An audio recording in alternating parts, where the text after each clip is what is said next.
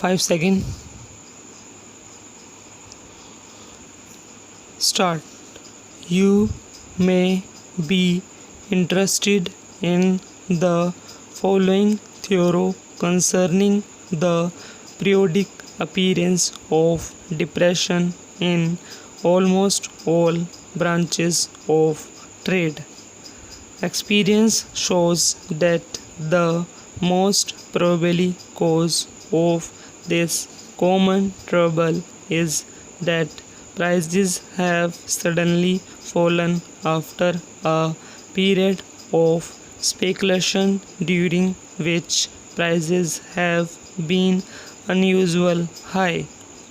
The high prices occurred during the period of speculation may have resulted from the expectation of a shortage in the supply of some particular commodity or some other similar cause.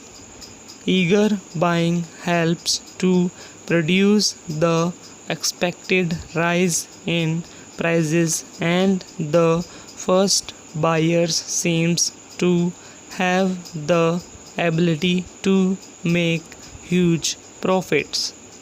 Their success encourages others, and the speculative spirit spreads to all commodities.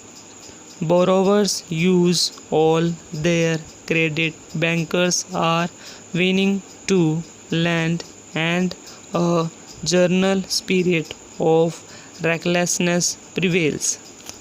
After a while, however, the upward trend of prices ceases. When those who hold stocks wish to realize a reaction comes and prices begin to fall, they start falling so rapidly that everyone seems to be losing. Credit is obtained only when great difficulty.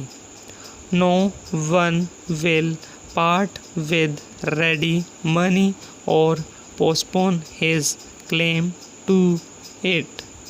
Merchants cannot meet their obligations, and many firms fail because they are unable to obtain the credit to which they are accustomed. This is what we call a commercial crisis. In extreme cases, there is added a financial panic as groundless as the former overconfidence, and money is borrowed for short periods at a ruinous rate of interest. Prices of commodities and stocks then fall as much below the usual level as they had risen above that level during the period of inflation.